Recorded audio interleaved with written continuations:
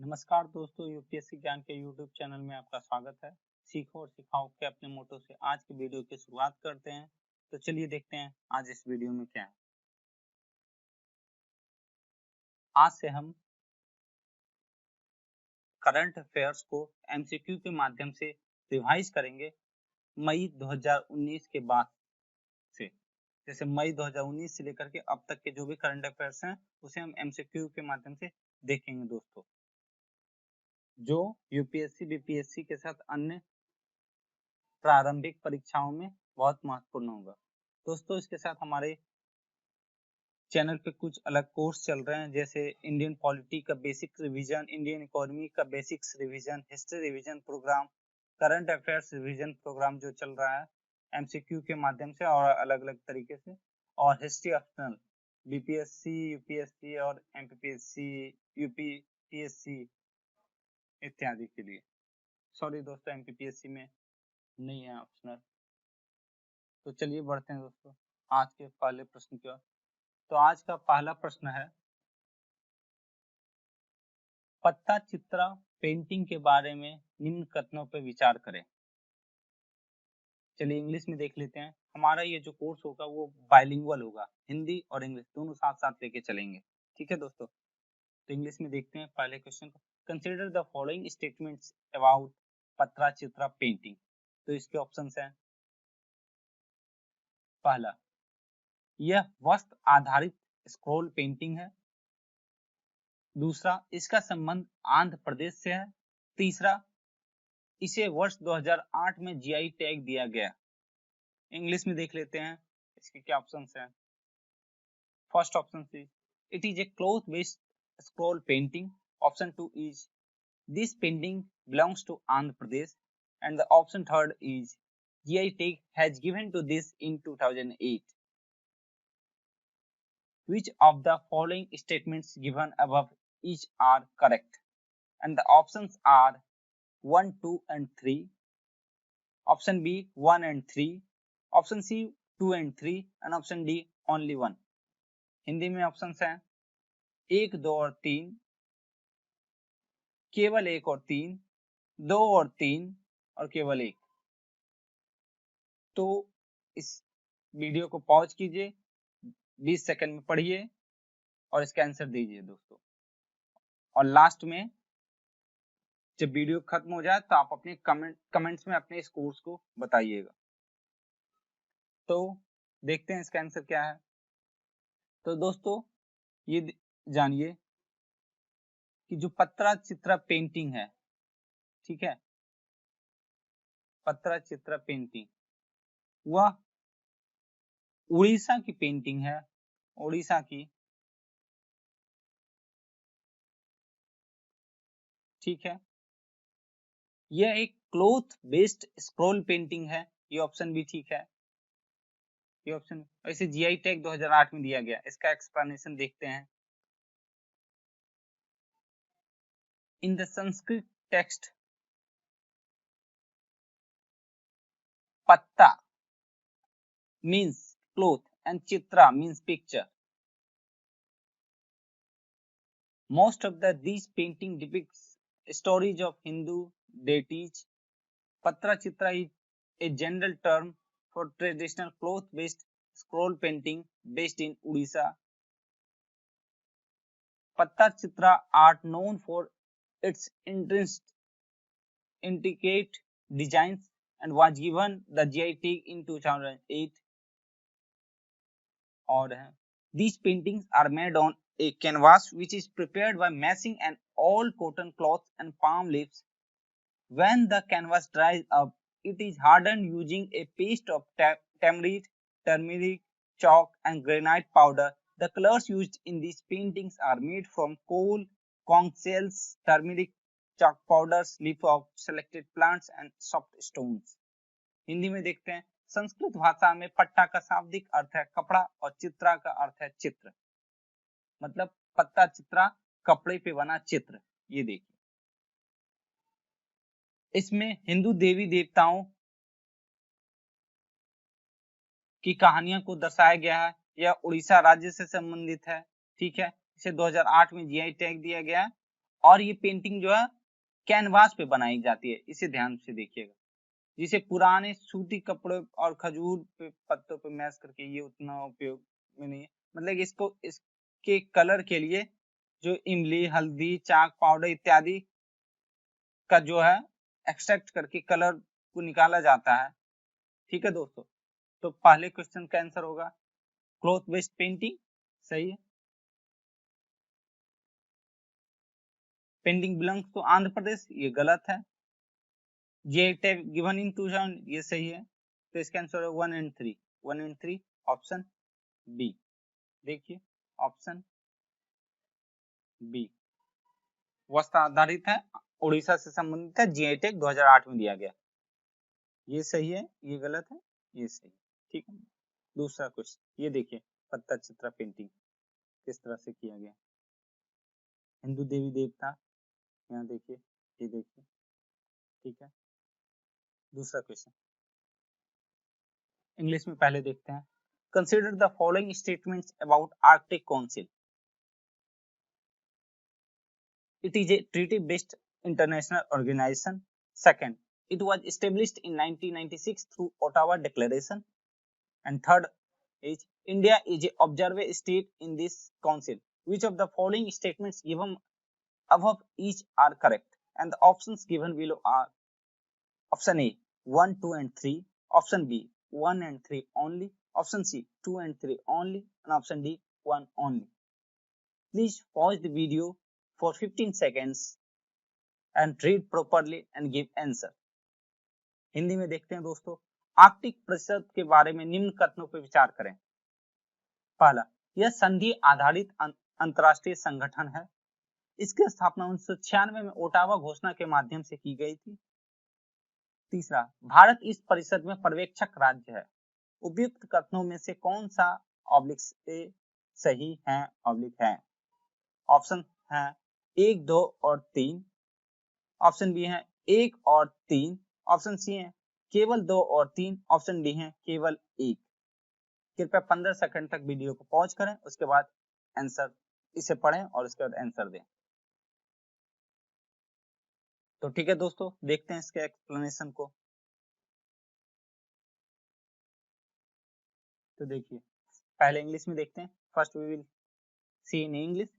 It was established in 1996 through Ottawa Declaration to address the issue faced by the Arctic governments and people living in Arctic area.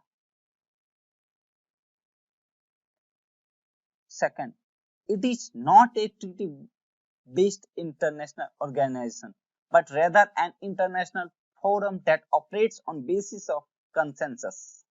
And the third is, the decision, recommendations, or guidelines of the Arctic Council are non-enforceable and restricted the prerogative of the individual states.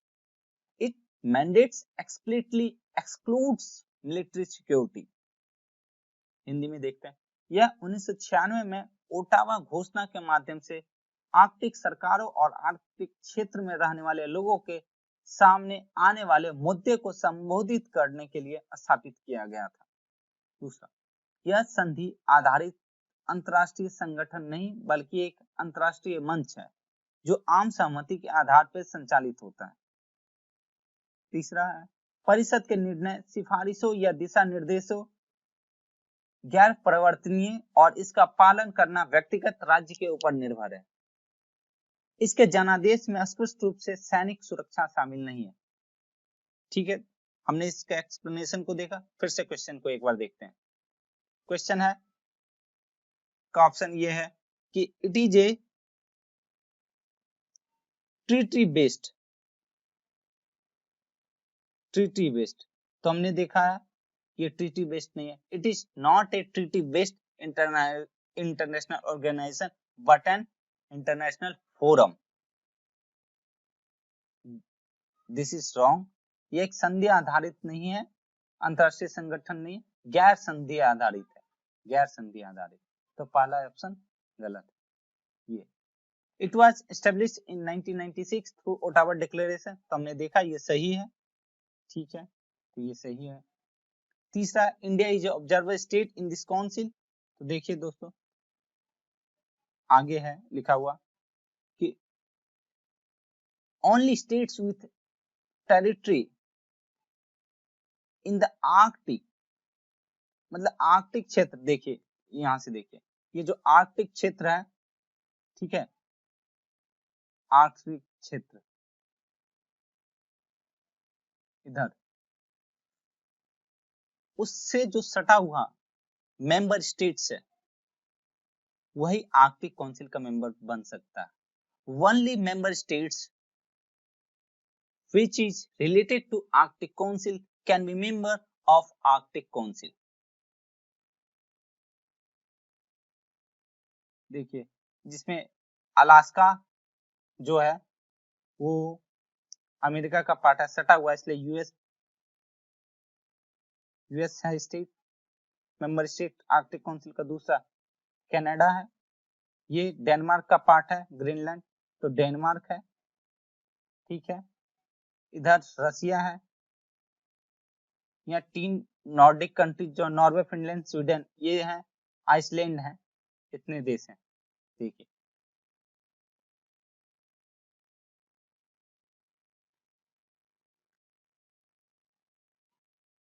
Canada, the kingdom of Denmark, Finland, Norway, Sweden, Russia, United States और Iceland, इतने देश हैं, ठीक है। Observer states is open to non-Arctic states along with global, regional, intergovernmental, interparliamentary and NGOs. India is an observer state along with China, UK, Germany, Japan and others. अगर observer पर्यवेक्षक का दर्जा जो है वो नॉन आर्कटिक मेंबर्स के लिए खुला हुआ है, जिसमें global parties, regional party, intergovernmental parties, कोई भी संगठन चाहे एनजीओ वह इसका ऑब्जर्वर बन सकता है। उसमें से कुछ ऑब्जर्वर जैसे कि स्टेट्स के रूप में India, China, UK, Germany, Japan इत्यादि हैं, ठीक है। ये देखिए ये जो डार्क ग्रीन लाइट ब्लू है, लाइट ब्लू कलर, ये सब ऑब्जर्वर है। इधर है स्विट्जरलैंड वगैरह सब है, ये देखिए, ठीक है। तो ये रहा,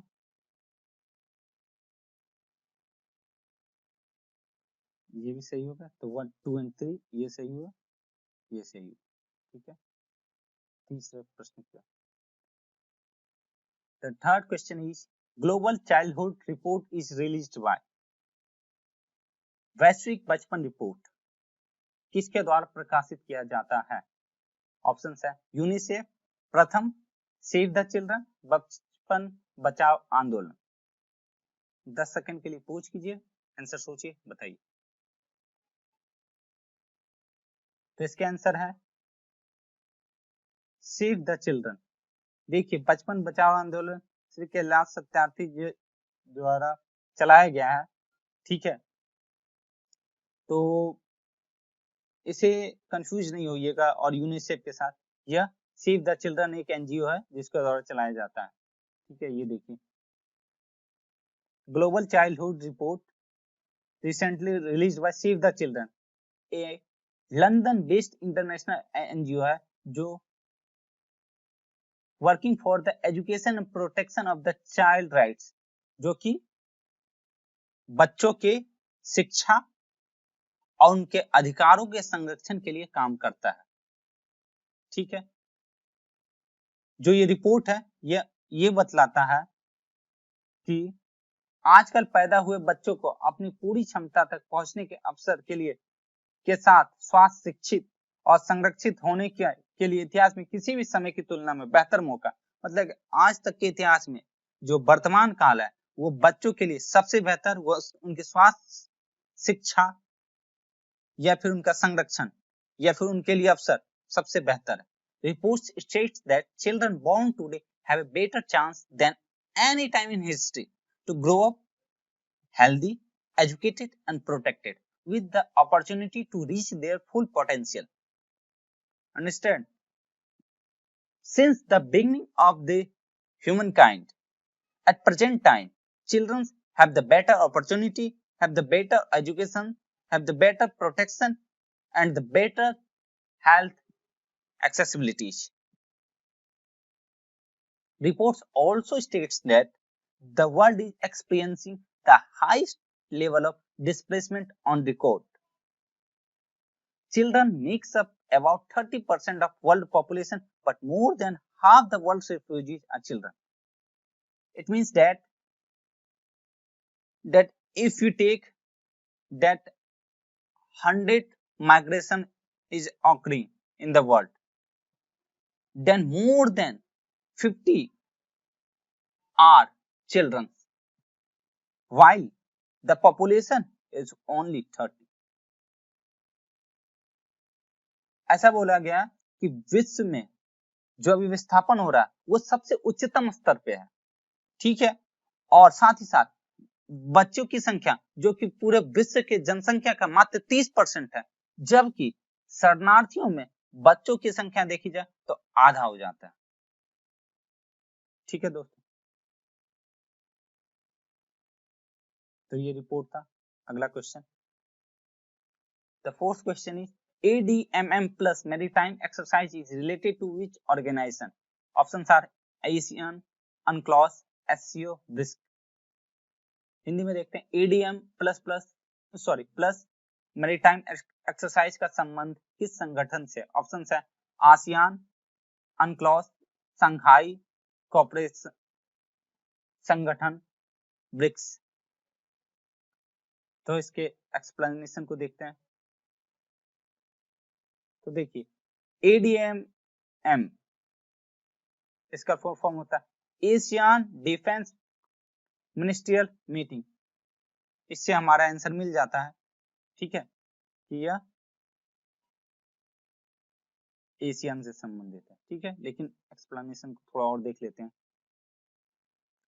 ADMM plus maritime security field training exercise was held recently, was fourth MSFTX मतलब कि exercise conducted under the ambit of ADM plus. It was co-organized by Singapore and South Korea. It comprises 18 nations. देखिए दोस्तों, ADM plus ASEAN के defence ministerial meeting जो होती है ADMM का full form है, ठीक है। उसके द्वारा maritime security field training exercise होता है, ठीक है, जिसमें से ये चौथा जो 2019 में हुआ है वो चौथा था, ठीक है। ADMM मैरीटाइम एक्सरसाइज इसे सिंगापुर और साउथ कोरिया द्वारा सह आयोजित किया गया था। इसमें टोटल 18 पार्टिसिपेंट्स थे, इसमें से 10 ASEAN countries, ASEAN plus 6 FTA ASEAN के FTA कंट्रीज हैं, जिसमें से आ जाते हैं इंडिया, देखिए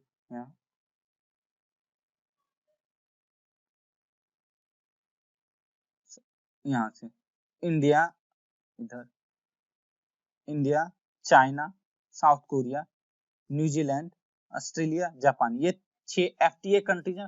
फ्री ट्रेड एग्रीमेंट हुआ है आसियान के साथ, और 2 अलग से रसिया और यूनाइटेड स्टेट्स, इन्होंने भी भाग लिया था। तो टोटल 18 देशों ने ADMM प्लस एक्सरसाइज में भाग लिया था, ठीक है। 5वां क्वेश्चन है वेदांत देशिकन के बारे में, ठीक है। तो इंग्लिश में पढ़ते हैं। Consider the following statements about Shri Vedanta Desikan. Option C, he was a Vaishnavite philosopher, Rahasya Grantham is one of his literary works, he was contemporary of Shri Ramanuja. Hindi में देखते हैं, श्री वेदांत देशिकन के बारे में निम्न कथनों पर विचार करें। वे वैष्णव दार्शनिक थे, रहस्य ग्रंथम उनकी अनेक साहित्यिक कृतियों में से एक है, वे श्री रामानुज के समकालीन थे। ऑप्शंस को देखते हैं, वो है 1, 2, 3, मतलब तीनों सही है, 1 and 3, 2 and 3, एंड 1 एंड 2। तो इसके एक्सप्लेनेशन को देखते हैं, फिर इसके देखते हैं कि कौन सा सही। ठीक है,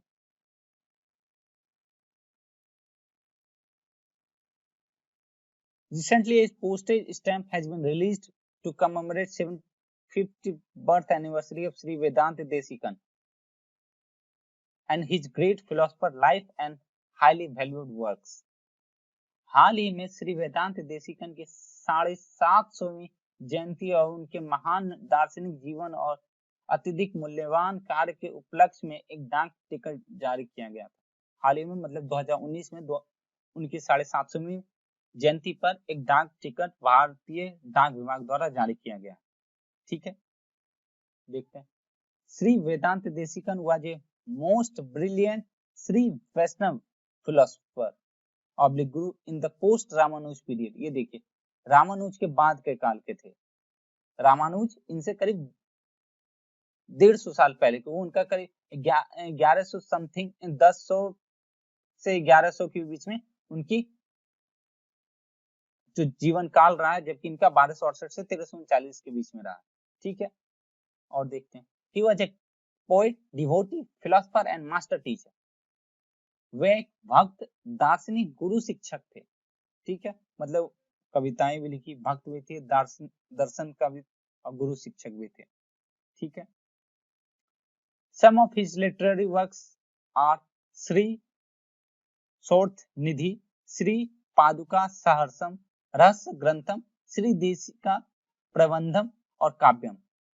उनकी कुछ साहित्यिक कृतियां थी श्री सहार्थ निधि, श्री पादुका सहस्त्रम, रहस्य ग्रंथम, श्री देशिका प्रबोधाम और काव्यम। ठीक है, तो देखिए इसमें हम देखते हैं कि रहस्य ग्रंथम उनकी कृतियां हैं। ठीक है, उन्हें कुछ सम्मान मतलब कुछ बुलाया जाता है, जैसे सर्वथाथर, स्वाथरार, कवि थड़कीगा, सिम्हान और वेदांचार्यार।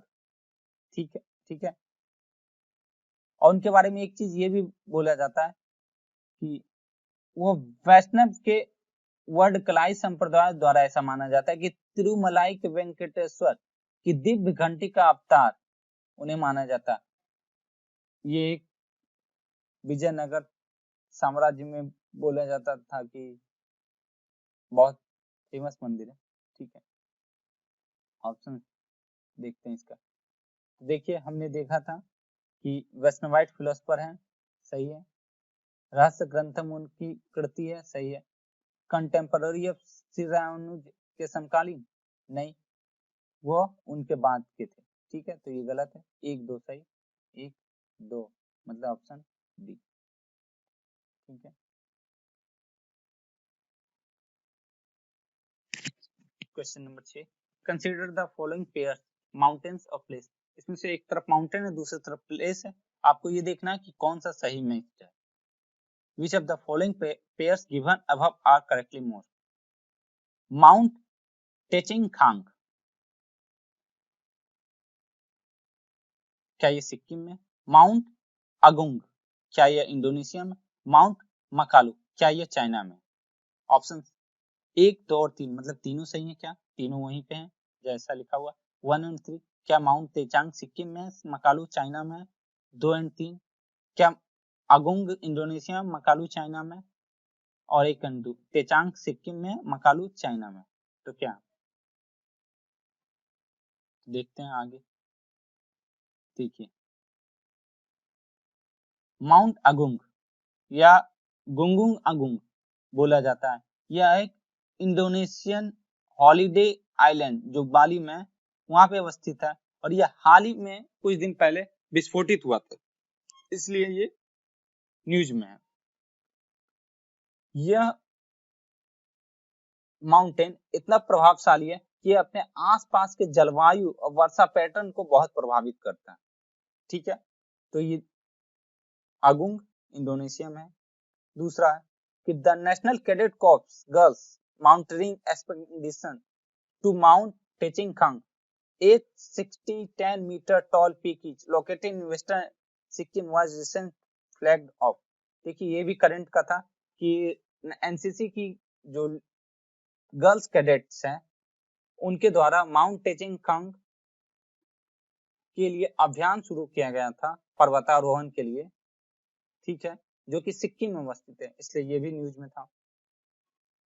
एक ये और तीसरा कि माउंट मकालू जो कि नेपाल का चौथा और पूरे पृथ्वी का 5वां सबसे हाईएस्ट पीक है, वो नेपाल में है। इस यह न्यूज में इसलिए था क्योंकि इंडियन आर्मी की माउंटेनिंग एक्सपेडिशन टीम ने कुछ दिन पहले इस पे पर्वतारोहण किया था और सफल पर्वतारोहण किया था। यह माउंट एवरेस्ट से बस 19 किलोमीटर साउथ ईस्ट में है और इस पर्वत के बेस में मतलब कि तराई में एक बरून घाटी पाई जाती है, ठीक है। तो इसके ऑप्शन देखिए, टेचेनकंग सिक्किम ये सही था, अगुंग इंडोनेशिया ये सही था, लेकिन मकालू कहाँ है? नेपाल में, तो ये गलत हो गया। तो 1 और 2, ठीक है, तो 1 2 कहाँ है? यहाँ इसमें, ठीक है। Question number 7, Artemis programme is related to which organisation? Artemis programme का संबंध किस संगठन से है? ठीक है, तो इसके ऑप्शन है NASA, ISRO, European space agency और China national space agency.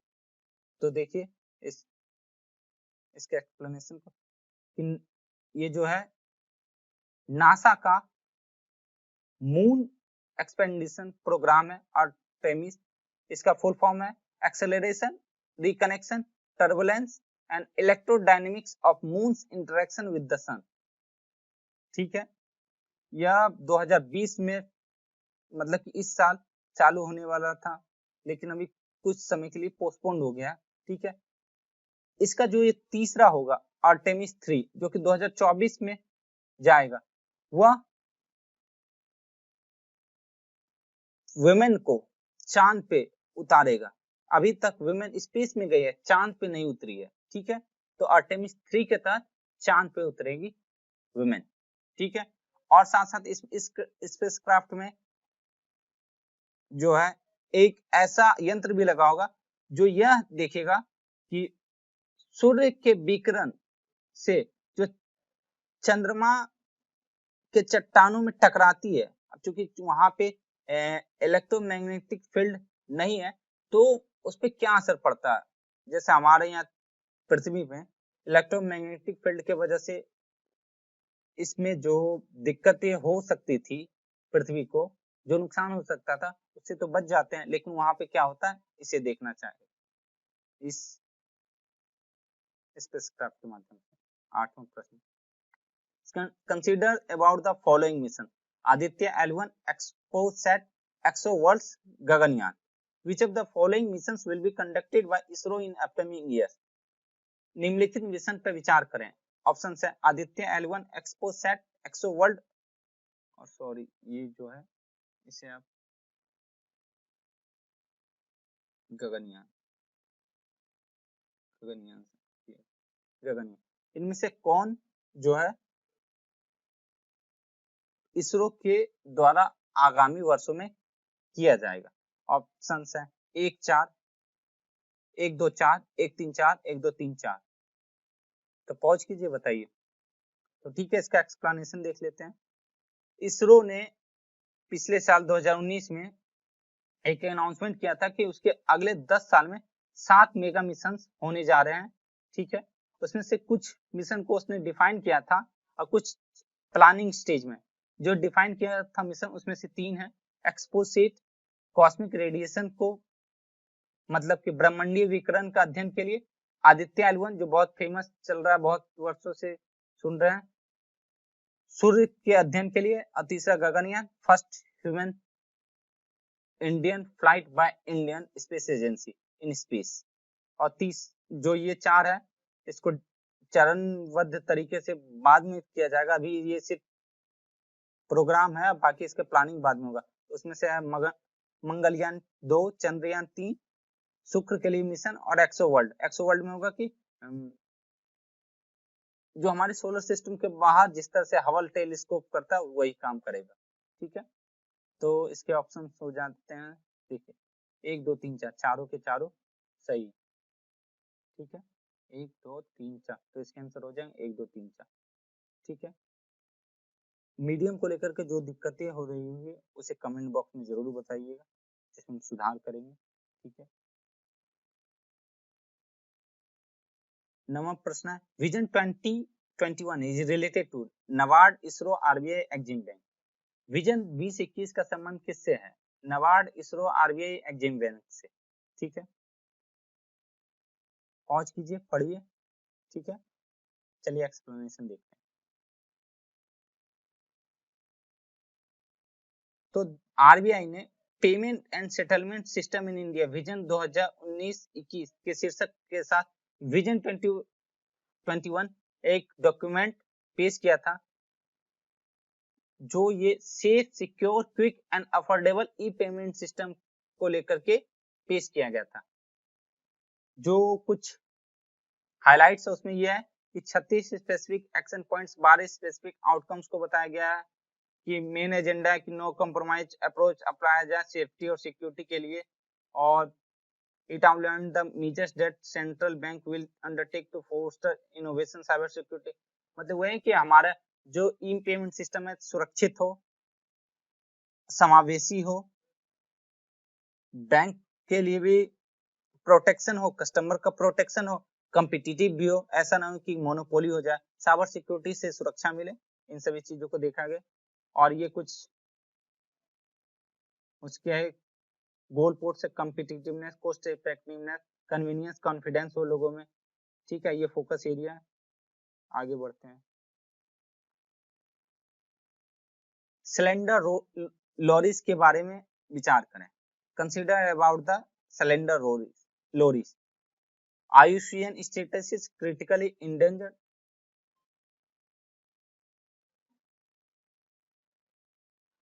Small nocturnal primate और native to India and Sri. क्या है देखिए, क्रिटिकली इंडेंजर्ड है, छोटा और रहनुमा जानवर है, भारत और श्रीलंका का स्थायी जानवर है।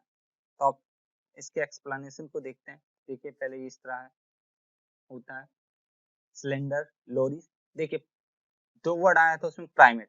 प्राइमेट वैसा को बोला जाए जो ह्यूमन लाइक एनिमल्स होते हैं, और नॉक्टरल वैसा जो दिन में सोने का काम करते हैं और रात में एक्टिव रहते हैं। मतलब दिन में बहुत कम एक्टिव रहते हैं और रात में ज्यादा एक्टिव रहते हैं। एक्सप्लेनेशन देखते हैं।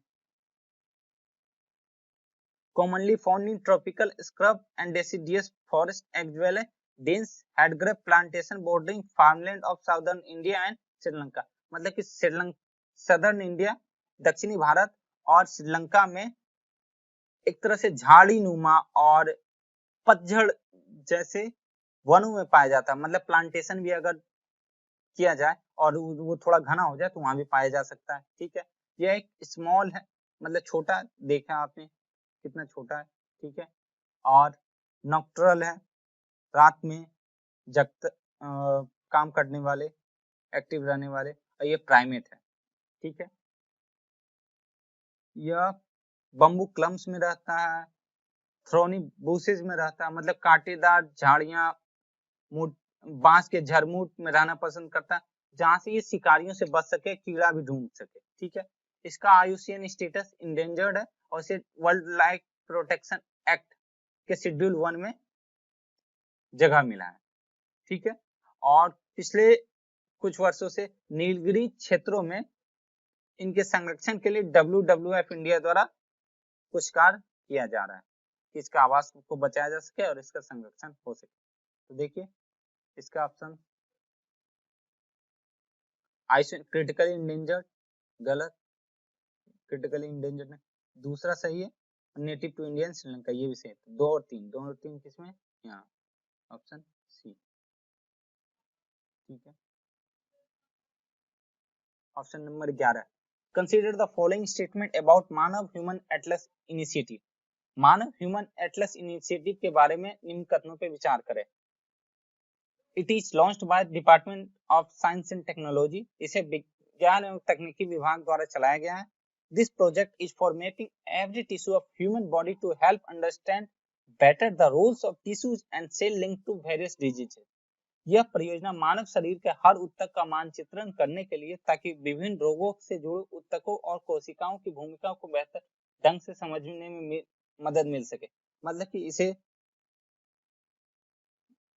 क्या इनके डीएसटी के द्वारा चलाया गया और इसका क्या इस प्रोजेक्ट के अंतर्गत मैपिंग होगा टिश्यू का, जिससे हमें ये पता चल सकेगा कि रोग और टिश्यू में क्या संबंध है, मतलब रोगों में और ऊतक में क्या संबंध है, जिससे आगे कुछ नए इनोवेशन के तहत बहुत सी रोग के इलाज को खोजा जा सकेगा। ठीक है, तो इसके एक्सप्लेनेशन को देखते हैं। तो इसे कौन लॉन्च किया? डिपार्टमेंट ऑफ बायोटेक्नोलॉजी, डीएसटी नहीं, डीएसटी नहीं। ठीक है, और इसका कार्य क्या है? Mapping every tissue of human body to help understand better the roles tissue and link to disease. जो ऑप्शन में था दोनों में से एक सही है। मैपिंग के लिए ह्यूमन टिश्यू को और डिजीज के संबंध को देखने के लिए और डिपार्टमेंट ऑफ बायोटेक्नोलॉजी के द्वारा। ठीक है, और ह्यूमन एटलस इनिशिएटिव के तहत एक डाटाबेस नेटवर्क तैयार किया जाएगा टिश्यू का ह्यूमन बॉडी में, जितना उपलब्ध साइंटिफिक लिटरेचर और जो मैपिंग किया जाए उसके तहत। ठीक है, तो इसके ऑप्शन है में ये गलत और ये सही, तो ऑप्शन 2। 12वां क्वेश्चन है, बॉर्डर रोड ऑर्गेनाइजेशन के बारे में विचार करें। Consider the following statement about border road organisation. Options are, it is under administrative control of ministry of road and transport, यह सड़क और परिवहन मंत्रालय के प्रशासनिक नियंत्रण में है। दूसरा, BRO is engaged in road construction to provide connectivity to difficult and inaccessible regions in the border areas of the country and also in friendly nations। मतलब क्या इसका कार्य हमारे बॉर्डर एरिया जैसे भारत हो गया, तो क्या इसके बॉर्डर एरिया में रोड कंस्ट्रक्शन के लिए और मित्र देशों में रोड कंस्ट्रक्शन और कनेक्टिविटी को प्रदान करने का है। ठीक है, तो ऑप्शन ये देखते हैं इसका एक्सप्लेनेशन को कि 2015 से मिनिस्ट्री ऑफ डिफेंस के कंट्रोल में, ना कि मिनिस्ट्री ऑफ रोड और ट्रांसपोर्ट या मिनिस्ट्री ऑफ होम अफेयर्स के। इसका काम रोड कंस्ट्रक्शन प्रोवाइड कराना डिफिकल्ट और इनएक्सेसिबल रीजन इन बॉर्डर एरिया। साथ में यह देखिए अफगानिस्तान में दरलम जंगराज हाईवे जो कि हमारा चाबहार पोर्ट है, तो ईरान के और अफगानिस्तान के बॉर्डर से अंदर का जो रोड है, रोड कंस्ट्रक्शन में बीआरओ को बहुत योगदान रहा था। और फारखोर और आयानी एयरबेस जो तजाकिस्तान में इंडिया ऑपरेट करता है, उसको रिस्टोर और रिपेयर करने का काम भी बीआरओ के द्वारा किया जाता है। और इसके staff Indian army course of engineer, electrical, mechanical engineer, army service course, military police और आर्मी पर्सनल, इन सभी से लिया जाता है। ठीक है, तो इसका आंसर होगा, देखिए मिनिस्ट्री ट्रांसपोर्ट ये गलत और दूसरा सही, तो केवल 2।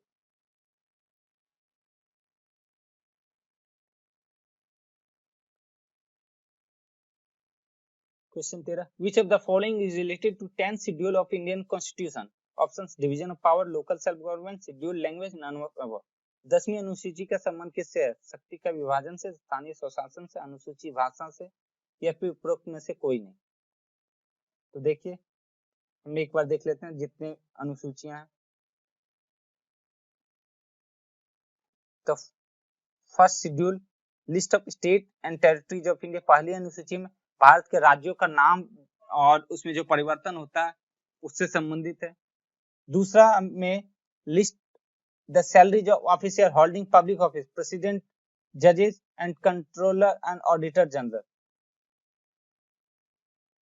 इनका क्या वेतन होगा उससे संबंधित है। तीसरा शेड्यूल, तीसरी अनुसूची में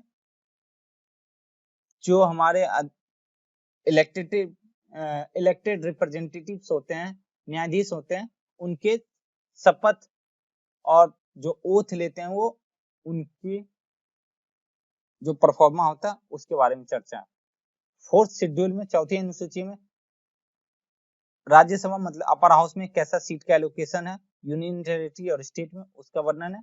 पांचवें शेड्यूल शेड्यूल्ड एरिया से संबंधित है, ठीक है, शेड्यूल्ड एरिया और शेड्यूल्ड ट्राइब से संबंधित है, ठीक है। और छठा जो है वो स्पेशल असम, मेघालय, त्रिपुरा और मिजोरम से संबंधित है, ठीक है, और ये अन्य से संबंधित है। सातवां में डिवीजन ऑफ पावर है, जो 3 अनुसूचियां हैं, सॉरी हाँ, संघ सूची, राज्य सूची, समवर्ती सूची, union list, state list, concurrent list, सब ये 7 शेड्यूल में आता है, ठीक है। 8 शेड्यूल में लैंग्वेजेज है। 9 शेड्यूल में जो हमारा कोई भी एक्ट बनता है क्या वो हमारे कॉन्स्टिट्यूशन से के अनुरूप चल रहा है कि विरोधाभास में चल रहा है, वो इनवैलिडिटेशन इसी के तहत किया जाता है 9 शेड्यूल में। जैसे कभी कभी सुनते होंगे कि आप कि 9 शेड्यूल में डाल दिए, उसको सुप्रीम कोर्ट अनकॉन्स्टिट्यूशनल वैलिड नहीं दे सकती है, तो उससे संबंधित है। और देखिए 10 शेड्यूल जो है हमारा एंटी डिफेक्शन लॉ, दल विरोधी कानून से संबंधित है। 11 शेड्यूल में लोकल सेल्फ गवर्नमेंट का पंचायती राज, रूरल से लोकल सेल्फ गवर्नमेंट से संबंधित, और 12वां में अर्बन लोकल गवर्नमेंट से, ठीक है।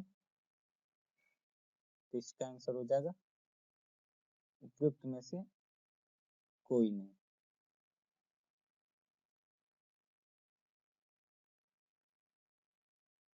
तेरहवां है, consider the following statement about Chagos island. Options, it is situated in South China Sea, sorry, and second, it is a disputed island between China and Vietnam. Chagos island के बारे में विचार कीजिए, क्या ये दक्षिण चीन सागर में अवस्थित है, और दूसरा, क्या ये चीन और वियतनाम के बीच एक विवादित द्वीप है। ऑप्शंस देखिए, तो इसका एक्सप्लेनेशन देखते हैं कि जो चागोस आइलैंड है वो यूके और मॉरिशस के बीच विवादित है, ना कि चाइना और वियतनाम के। और साथ में यह इंडियन ओशियन में अवस्थित है, मालदीव के 500 किलोमीटर दक्षिण में, ठीक है। और हाल ही में यूनाइटेड नेशन जनरल असेंबली द्वारा एक नॉन बाइंडिंग रेजोल्यूशन पास किया गया कि जो चागोस आइलैंड का अभी कंट्रोल ब्रिटेन के पास है, यूनाइटेड किंगडम के पास है, वह उससे मॉरिशस को हस्तांतरित करे, ठीक है। तो इसका ये दोनों गलत होता है, मतलब नाइदर वन एंड टू। ये जो बात हो रही है ये स्पार्टली आइलैंड की बात हो रही है, मतलब इसके अनुसार स्पार्टली आइलैंड इन दोनों के अनुसार वो उस आइलैंड का बात कर रहा है कि वो शायद चाइना सी में इन दोनों के बीच विवादित है। 14वां था, ये देखिए चागोस आइलैंड, यहाँ ये मॉरिशस है, ये देखिए ये मॉरिशस है, इंडिया है, यहाँ डियारो गार्सियो है जो कि यूएस का बेस है। यूके ने लीज पे यूएस को दिया और यूएस ने अपना बेस बनाया है, 2036 तक अब ये बेस रहेगा लीज, ठीक है। 15वां है कि जीएसपी किस देश से संबंधित है, जनरलाइज्ड सिस्टम ऑफ प्रेफरेंस किस देश से संबंधित है, which of the following country is related to generalised system of preference. Option, USA, Japan, European Union, India. तो इसका ऑप्शन देखते हैं, सॉरी एक्सप्लेनेशन वो ये है, GSP is a US trade program designed to promote economic growth in the developing countries, मतलब ये US से संबंधित है, ठीक है। इसमें 4800 प्रोडक्ट और 129 देश में को ड्यूटी फ्री यूएस में एंट्री मिलती है, ठीक है। ये यूएस ट्रेड एक्ट 1974 के द्वारा दिया गया है, यूएस के पार्लियामेंट के द्वारा, मतलब वहां जो कांग्रेस उसे बोलते हैं। ये नॉन रेसिप्रोकल बेसिस में, मतलब किसी देश को देने की जरूरत नहीं है, यूएसए खुद देता है।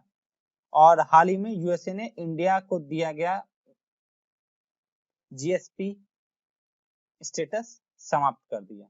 तो ठीक है दोस्तों, आज बहुत ज्यादा लंबा हो गया, लेकिन एक्सप्लेनेशन के साथ हमने देखा। आप अपने ओपिनियंस बताइएगा, एक्सप्लेनेशन को छोटा करें, वीडियो के टाइम को छोटा करें, पहला। दूसरा, लैंग्वेज क्या करें, अलग अलग वीडियो होता है, हिंदी के लिए अलग, इंग्लिश के लिए अलग। और तीसरा, आपने कितना सही किया कितना गलत किया उसे कमेंट बॉक्स में लिखें, ठीक है। और कोई सजेशन हो हमेशा हाजिर है। इसका पीडीएफ लिंक आपको टेलीग्राम चैनल में मिल जाएगा, उसका लिंक डिस्क्रिप्शन बॉक्स में मिल जाएगा। और ज्यादा जानकारी के लिए हमारे टेलीग्राम चैनल से जुड़े। धन्यवाद।